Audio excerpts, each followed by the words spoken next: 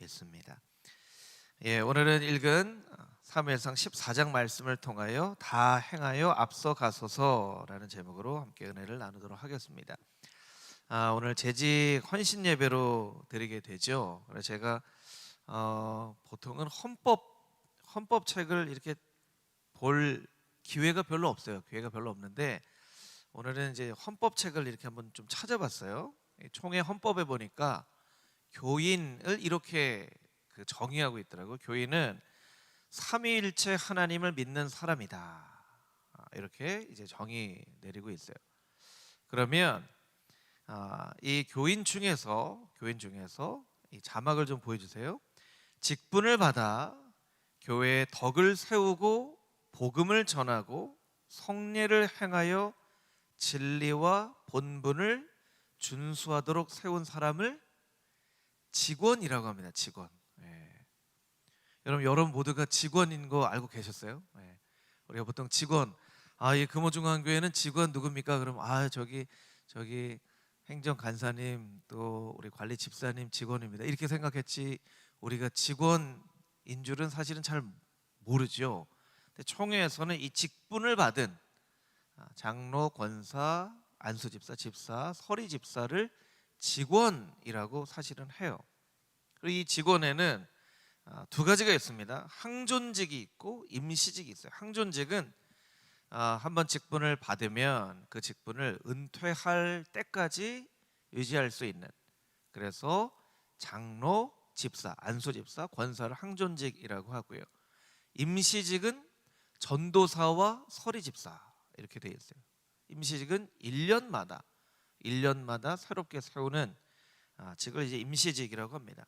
이것은 왜 항존직과 그 임시직으로 나누었냐면 이 성경대로 세운 거예요. 성경에 보면 직분이라는 말이 여러 곳에서 나오는데요.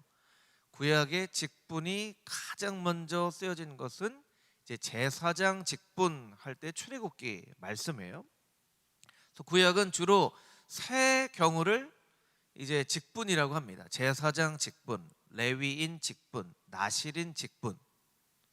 그래서 이것은 한번 이 세움을 받으면요, 사실 이스라엘 백성들에게는 항존직, 오늘날의 항존직이라고 하면 장로, 집사, 또 권사는 교회의 공동회의 투표를 통해서 이 세워진 그런 직분인데, 이 구약의 직분은요 오히려 그 자녀가 제사장 직분을 맡고 레위 사람들은 혈통을 통하여서 그 직분을 감당하게 되어 있는 직분이에요.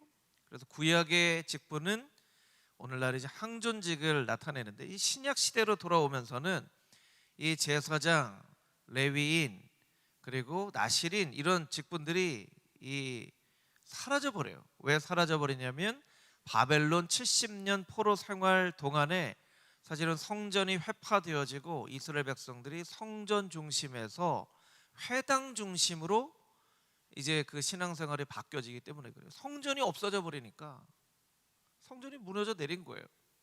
그렇다고 성전을 마음대로 다시 세울 수도 없고, 그래서 시나고게라고 하는 이 유대인 남자 10명 정도가 모이면 같이 이제 말씀을 나눌 수 있는 그런, 어떻게 보면 작은 그룹의 이제 회당이 곳곳에 만들어져서 그 회당에서는 보통 이제 예배, 제사를 드리지는 않고 율법의 책의 말씀을 읽고 그 말씀을 들은 대로 서로 깨달은 바를 이제 나누는 그런 회당 중심의 이제 문화가 되어지는 것이죠. 그래서 성전이 사라져 버리니까 제사장, 레위인 사람들이 점점 없어지는 거예요. 대신 율법을 열심히 지키려고 하는 바리새인이라는 사람들이 나타나기 시작했고요. 이 말씀을 이렇게 나누다 보니까 회당에 말씀들이 있어야 되잖아요. 그러니까 두루마리 성경에 쓸 수 있는 서기관, 율법 교사들, 이런 이제 사람들이 나타나는 것이죠. 여러분, 예수님의 제자 세리였던 마태가 있습니다. 마태, 헬라 이름으로 마태인데 마태의 히브리 이름이 뭔지 여러분 기억하세요? 예수님의 제자였던 마태의 히브리 이름은요 레위예요. 레위. 그 어떤 사람은 이렇게 그 역사가들은 이렇게 얘기를 하더라고요. 왜 레위 사람이 세리가 됐을까? 레위 사람은요, 세리가 가장 안 될 법한 사람이거든요. 안 될 법한 사람인데 왜 레위 사람이 세리가 됐냐면, 레위 사람은 사실은 땅을 기업으로 받지 않고 12지파 가운데 제사와 하나님의 성전을 지키는 일에 온전히 세워진 사람이고, 12지파를 통해서 제사를 통해서 레위 사람들이 살 수 있도록 한 것인데, 성전이 사라지고 제사가 사라지니까요, 레위 사람들이 말하자면 먹고 살 일이 없는 거예요. 터전을 잃어버린 거예요. 그럼에도 불구하고 이스라엘 백성들이 레위 사람들을 이렇게 돌봐야 되는데 레위 사람들을 잘 돌보지 못했어요. 왜냐하면 그렇게 포로기를 지나서 신구약 중간기가 되고 또 로마의 시대가 되니까 사실은 다 힘든 거죠. 다 힘드니까 그런 레위 사람들에 대한 의무를 지키지 못하니까 오히려 로마에서 누가 우리 대신 좀 세금을 거둘래 하니까 레위 사람들이 너무나 힘드니까 그 일을 한 거예요. 그러니까 오히려 레위 사람 중에는 자신들을 돌보지 않은 이스라엘 백성들에 대한 불만과 어떤 그런 마음을 가지고 세금을 막 더 걷어버리는 그런 일들이 일어나는 거예요. 더 걷어버리는 그런 역사적인 그런 일들이 있었습니다. 하여튼간 그런 이제 구약의 직분들이 지나가고 신약에 되면 어떤 곳에 이제 직분이라는 말이 쓰여지기 시작하면 청지기 직분이라는 말이 나옵니다. 누가복음 16장 말씀에 보면 청지기 직분이라는 말이 나와요. 누가복음 16장 3절 우리 자막으로 같이 한번 읽어보도록 하겠습니다. 시작. 청지기가 속으로 이르되 주인이 내 직분을 빼앗으니 내가 무엇을 할까? 땅을 파자니 힘이 없고 빌어먹자니 부끄럽구나. 이 말씀은요, 그래서 청지기 직분이 사라져 버릴 때쯤 돼서 이 청지기가 빚을 진 사람을 다 이렇게 탕감해 주는 그런 이제 비유에 나오는 말씀이죠. 이 청지기가 내 직분이라고 합니다. 또 어떤 때 직분이 쓰여지냐면요, 제사와 사도의 직분.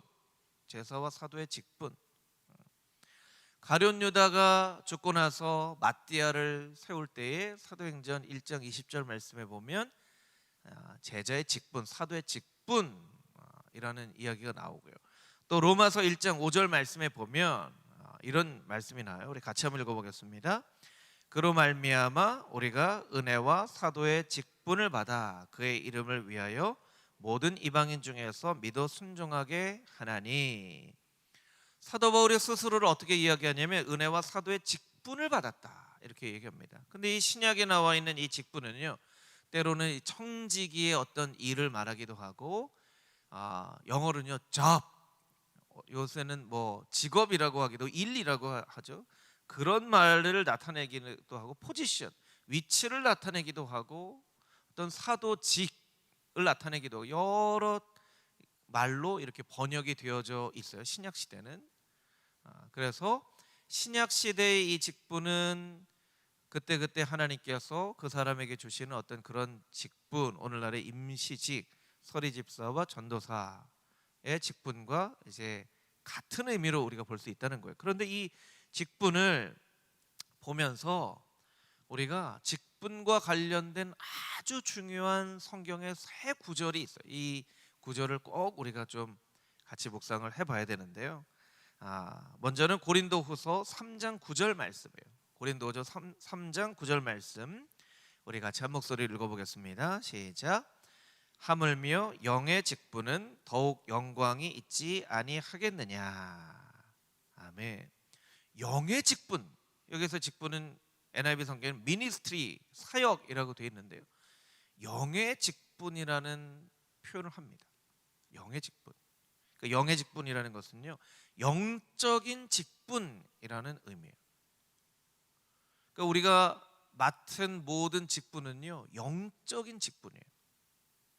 때로는 우리가 몸을 써서 무언가를 일하는 직분을 우리가 맡을 수도 있어요. 예를 들면 뭐 안내팀, 주차팀 같은 어떤 그런 직분을 받고 봉사를 할 수가 있어요. 혹은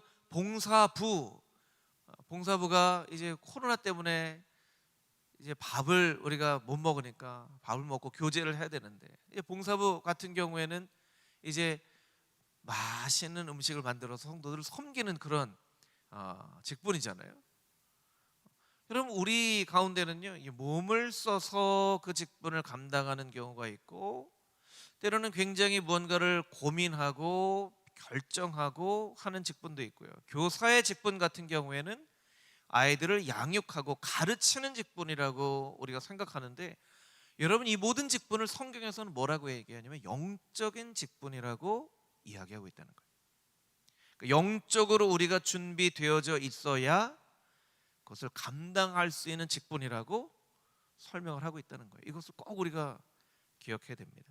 두 번째, 고린도전서 12장 4절에서 6절까지 있는 말씀인데요, 우리 자막을 통해서 같이 한번 고린도전서 12장 4절에서 6절 함께 읽겠습니다.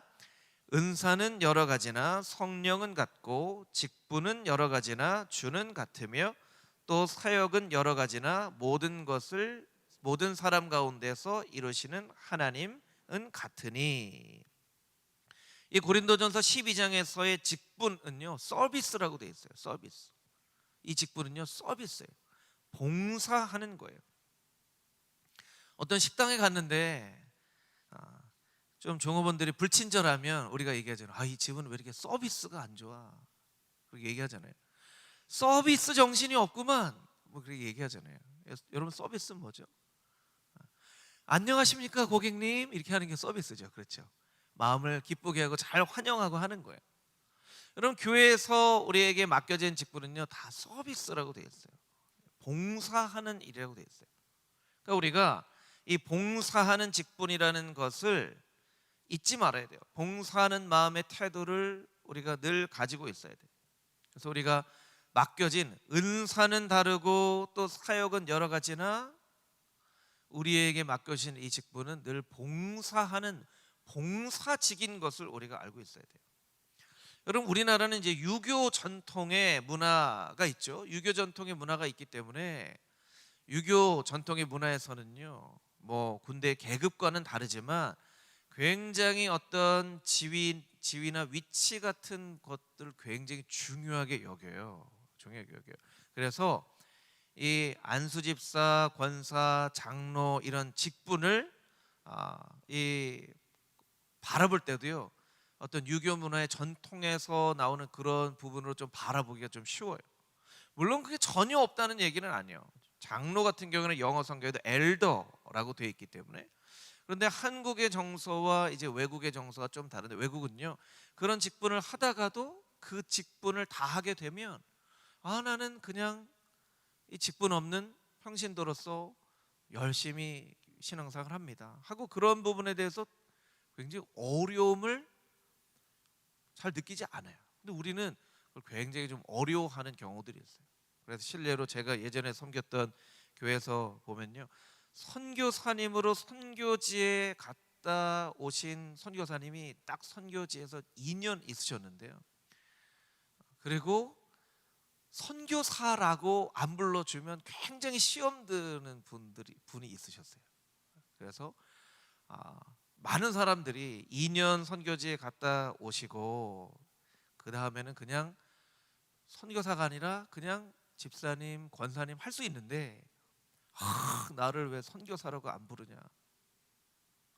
물론 어떤 의미에서 선교사로서의 정체성을 가지고 살아가는 것은 굉장히 중요하지만 그것을 꼭 그렇게 나를 불러야 된다고 생각하는 것은 그 사역, 그 직분을 감당하지 않으면 내려놓을 수 있는 부분이라고 생각하는데, 우리나라는 좀 정서가 조금 그런 부분에 좀 다른 것 같아요.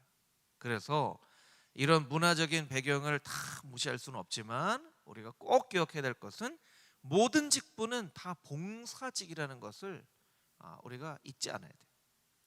세 번째, 이것이 아마 가장 중요한 부분일 텐데, 고린도후서 5장 18절 말씀 우리 같이 한번 읽어보겠습니다. 시작. 모든 것이 하나님께로서 났으며 그가 그리스도로 말미암아 우리를 자기와 화목하게 하시고 또 우리에게 화목하게 하는 직분을 주셨으니, 화목하게 하는 직분을 주셨다는 거예요. 그러니까 이 직분의 목적은 화목하게 하는 거예요. 모든 직분의 목적은요, 교회를 화목하게 하는 거예요. 교회를 평화롭게 하는 거예요. 때로는요, 좀 부서와 부서가 논의를 하고 뭔가 맞지 않는 그런 일들이 생길 수도 있어요. 원하진 않지만. 여러분, 그런 때 어떻게 해야 되겠죠? 이거는 우리 부서가 중요하니까 우리 부서대로 해야 됩니다. 무슨 얘기입니까? 이거 우리 부서대로 해야 됩니까? 그렇게 하는 것이 아니라 어떻게 하면 교회를 더 화목하게 할 수 있는가, 그 목적을 가지고 결정을 해야 돼요. 결정을 해야 돼요. 그것이 부서 간의 일이든 개인의 일이든 하여튼 교회에 맡겨진 모든 직분의 목적은 화목하게 하는 그 목적을 위해서 하나님께서 세우신 일이라는 것을 우리가 반드시 잊지 말아야 합니다. 그래서 여러분, 이 직분에 대한 것 세 가지 제가 잊어버리실까 봐 자막으로 세 가지 준비했는데 자막 좀 보여주세요.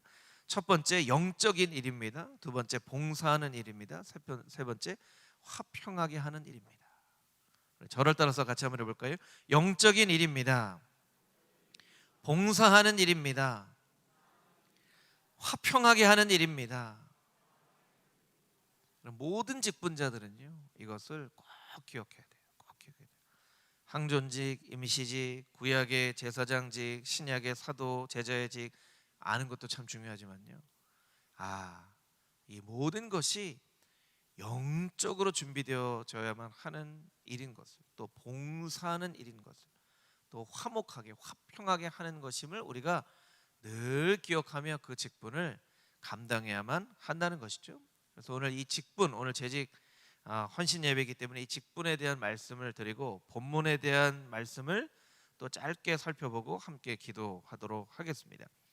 자, 이제 본문 말씀을 보도록 하겠습니다. 오늘 본문의 말씀 배경 좀 설명을 드리면요, 사울이 왕으로 기름 부음 받고 이스라엘의 첫 번째 왕이 됐어요.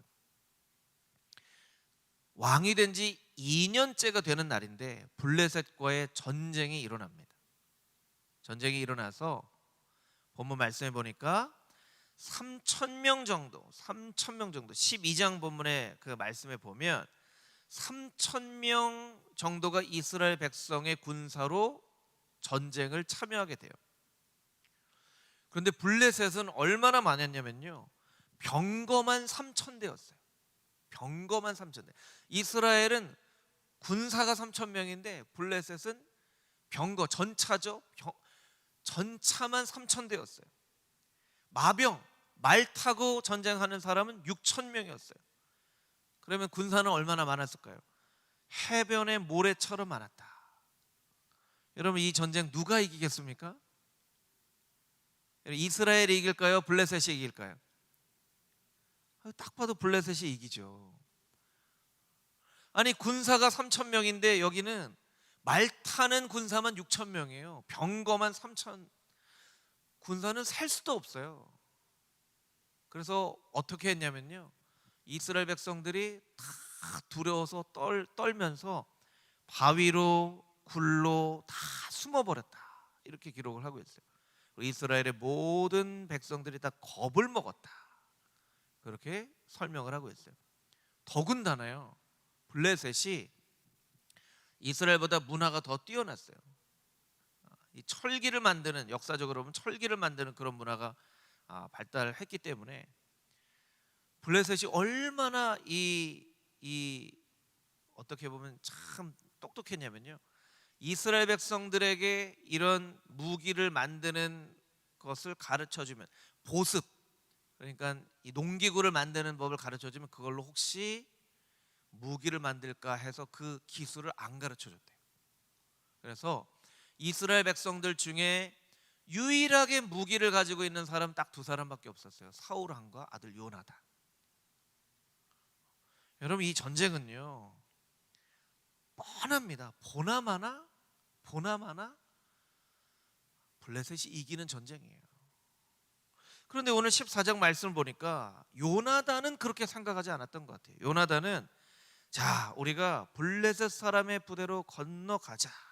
블레셋 사람의 부대로 건너가자. 잘 살펴보니까 요나단과 함께 있었던 군사들이 600명 정도 있었대요. 600명. 자, 블레셋은 말탄 병사가 몇 명이었다고요? 6,000명. 말탄 병사가 6,000명인데 요나단이 600명 정도 있어요. 자, 우리가 블레셋으로 쳐들어가서 전쟁에 싸워 이기자. 이게 제정신으로 할 수 있는 얘기가 아니에요. 제정신으로. 또 블레셋은 어디에 있었냐면 4절을 자막으로 좀 보여주세요. 14장 4절 말씀에 보면 요나단이 블레셋 사람들에게로 건너가려 하는 어기 사이 이쪽에는 험한 바위가 있고 저쪽에도 험한 바위가 있어요. 이쪽 하나의 이름은 보세스요. 보세스라는 말의 이름은 미끄럽다는 뜻이에요. 미끄럽다. 그 바위가 미끄러운 바위예요. 미끄러운 바위. 우리 등산하다 보면 이렇게 미끌미끌한 바위가 있는 데가 있잖아요. 그러면 그 바위에는 가까이 가면 안 되죠. 미끄러져서 넘어질 수 있죠. 떨어져 버릴 수가 있어요. 이런 종류의 바위가 있는 거예요. 한쪽에 있는 바위의 이름은 세네예요. 이 세네는 가시라는 뜻이에요. 이 가시처럼 아주 뾰족뾰족한 바위가, 기가 막힌 요새 사이에 블레셋이 탁 자리 잡고 있는 거예요. 이쪽으로 하면 미끄러져서 뚝 떨어져 버릴 수 있고, 이쪽은 막 가시처럼 막 이런 바위 사이에 있는데 마병만 6,000명이 되는 블레셋에게 요나단이 가는 거예요. 자, 우리가 건너 블레셋 싸우자. 요나단이 좀 제정신이 아닌 것 같아요. 제정신이 아닌 것 같아요. 요나단은 왜 그랬을까? 여러분, 왜 요나단은 이스라엘 백성들 중에 아무도 그 싸움을 선뜻 나가서 싸우려고 하지 않는데 왜 요나단은 그 싸움을 나가서 싸우려고 했던 것일까요? 그것에 대해서 깨달을 수 있는 말씀이 6절에 나와 있죠. 우리 6절 말씀을 우리 같이 한번 다시 읽어보도록 하겠습니다. 6절 말씀 우리 자막으로 좀 보여주시고요. 우리 한 목소리로 같이 한번 읽어보도록 하겠습니다. 6절 시작. 요나단이 자기의 무기를 든 소년에게 이르되 우리가 이 할례 받지 않은 자들에게로 건너가자. 여호와께서 우리를 위하여 일하실까 하노라. 여호와의 구원은 사람이 많고 적음에 달리지 아니하였느니라. 아멘. 너무나 멋진 말이에요. 여호와의 구원이라는 말이 나와요. 여호와의 구원. 여호와께서 이루시는 구원이라는 뜻이에요. 여호와의 구원. 여호와께서 이루시고 여호와께서 행하시는 구원. 그건 사람이 많다고 이루는 게 아니야. 여러분, 요나단에게 어떻게 이런 믿음이 생겼을까요? 어떻게 이런 믿음이 생겼을까요? 요나단의 마음 가운데는요, 하나님께서 이루실 구원에 대한 마음이 있었어요. 여러분, 요나단이 다윗, 이제 17장에 보면 이제 다윗을 만나는데, 요나단이 다윗을 만나서 친구가 되죠. 친구가 되는 이유가 있어요. 요나단하고 다윗하고 똑같은 생각을 가지고 있었어요. 다윗은 골리앗 앞에서도 너는 칼과 단창으로 나오지만 나는 만군의 여호와의 이름으로 나간다. 네가 아무리 커도 싸움에 이기시는 분은 하나님이야. 내 이 다윗 이야기가 나오기 전에 먼저 요나단이 똑같은 생각을 하고 있었어요. 싸움은 하나님께서 하시는 거지, 하나님의 구원은 사람 많다고 이기는 게 아니고 사람 적다고 지는 게 아니야. 이런 마음을 가지고 있었기 때문에 600명 데리고 6,000명 마병이 있는 블레셋에게로 갈 수 있는 거예요. 갈 수 있는 거예요. 올림픽 하잖아요. 그렇죠. 숫자로만 보면 한국은 절대로 중국을 못 이기죠. 그렇죠. 절대로 중국을 못 이겨요. 중국은 인구가 12억이나 되는데요. 한국이 어떻게 중국을 이깁니까? 한국이 중국을 이기잖아요. 그렇죠. 네. 조금 기뻐하실 줄 알았는데, 예. 여러분, 전 세계가 막 한국, 뭐 이건 우리나라 사람이니까 막 이 판정이 좀 불공정한 것 같아요. 그래서 저도 막 너무 화가 나가지고 막 어떻게 저렇게 할 수 있냐 그러는데, 선수가요 다 그 장벽이 나타나면 어떻게 그 장벽을 이겨낼 수 있는지 해야 된다. 그러더니 그 다음 날 탁 그냥 금메달 따버리잖아요. 그러니까 제가 외국 사람이어도 한국 사람한테 빠지겠어요. 이야, 이 한국 사람 너무 멋지다. 한국 선수들 이렇게 쇼트트랙 막 하다 보니까 혼자 나온 터키 사람 꽁무니에 달고 이렇게 연습하는 거예요. 아니, 저 한국 팀 연습하는데 저 꽁무니에 있는 사람 누구예요? 터키 사람이 왜 저렇게 연습해? 터키 사람 혼자 나왔어. 혼자 연습하기 너무 외롭잖아요. 그러니까 같이 연습하자. 그리고 하는 거예요. 그러니까 이게 정말 올림픽 정신이지. 올림픽은 중국에서 하는데 올림픽 정신은 한국 사람들이 보여준다. 근데 여러분 생각해 보면요, 어떻게 보면 한국이라는 이 나라가 정말 많은 사람들 중에서 뽑은 나라들을 이기는 게 참 사실 어떻게 보면 이 세상의 논리나 이런 걸로 보면요, 불가능한 일이죠. 불가능한 일이에요. 올림픽 보면서 여호와의 구원은 사람의 많고 적음에 있지 아니하다. 이런 마음이 막 드는 거예요. 요나단이 그런 마음을 가지고 있었어요. 그런데 참 훌륭한 리더가 세워지니까요, 그 밑에 있는 사람도 훌륭한 팔로워가 되는 것 같아요. 7절 말씀을 한번 볼까요? 7절 말씀 우리 자막으로 같이 한번 읽어보겠습니다. 시작. 무기를 든 자가 그에게 이르되 당신의 마음에 있는 대로 다 행하여 앞서 가소서. 내가 당신과 마음을 같이하여 따르리이다. 이 사람들 정말 얼굴 한번 좀 봤으면 좋겠어. 어떻게 이렇게 멋진 말을. 요나단, 당신 마음에 있는 대로 다 하십시오. 다 하십시오. 앞서 가시면 우리가 당신과 마음을 같이 해서 따라갈 것입니다. 어떻게 이렇게 할 수 있죠? 정신 차리십시오, 요나단. 우리가 지금 죽자는 얘기입니까? 저 사람들은 말 탄 사람만 6천 명입니다. 저는 못 따라갈 것 같습니다. 이렇게 말하는 사람이 없어요. 여러분, 만약에 여러분이 그 600명, 요나단과 함께 했던 600명의 사람 중에 한 명이었다면 여러분 이렇게 이야기하실 수 있겠어요? 당신의 마음대로 다 행하소서. 앞서 가시면 따라가겠습니다. 이렇게 얘기하실 수 있으시겠어요? 통촉하여 주시옵소서. 이렇게 하시지 않겠어요? 참 멋진 그 모습을 보여주는 거예요. 볼륨을 조금만 낮춰주시면 좋을 것 같아요. 멋진 모습을 보여주는 거예요. 여러분, 우리의 마음은 이 7절과 같이 하나님께 이제 고백을 해야 된다고 생각합니다. 하나님께서 뭔가 이 땅 가운데 하나님의 구원을 나타내고 싶으세요. 우리의 마음 가운데 하나님 하시고 싶은 대로 다 행하세요. 우리가 하나님과 마음을 같이 해서 이것을 하겠습니다. 이것이 우리들의 마음이고 고백이어야 돼요. 여러분, 하나님께서는 오늘날에도 이 땅 가운데 하나님의 구원, 여호와의 구원을 이루기를 원하시는데 그 여호와의 구원을 함께 이루어갈 사람을 찾고 계세요. 누가 나와 손발을 맞춰서 이 땅 가운데 나의 구원을 이루어갈까? 그때 금호중앙교회 우리 재직들이 다 손들고, 하나님 제 여기 있습니다. 하나님 행하고 싶은 거 마음대로 다 행하십시오. 제가 잘 따라가겠습니다. 그냥 따라가는 것이 아니라 마음을 다하여 따라가겠습니다. 이렇게 고백하며 나아갈 때 하나님은 사람이 많다고 구원을 이루시고 사람이 적다고 구원을 이루지 않으시는 분이 아니시고, 사람이 적을지라도 그 놀라운 구원을 이루신다는 거예요. 어쩌면 하나님께서 금호중앙교회를 통하여 이 땅 가운데 나타내시고자 하는 일들이 이 요나단과 함께한 사람들의 구원이지 않을까라고 생각을 해봅니다. 왜냐하면 금호중앙교회보다 숫자도 많고 재정도 풍성하고 능력도 많은 교회가 이 세상에 참 많아요. 뭐 그렇다고 우리가 막 기죽지한 얘기가 아니에요.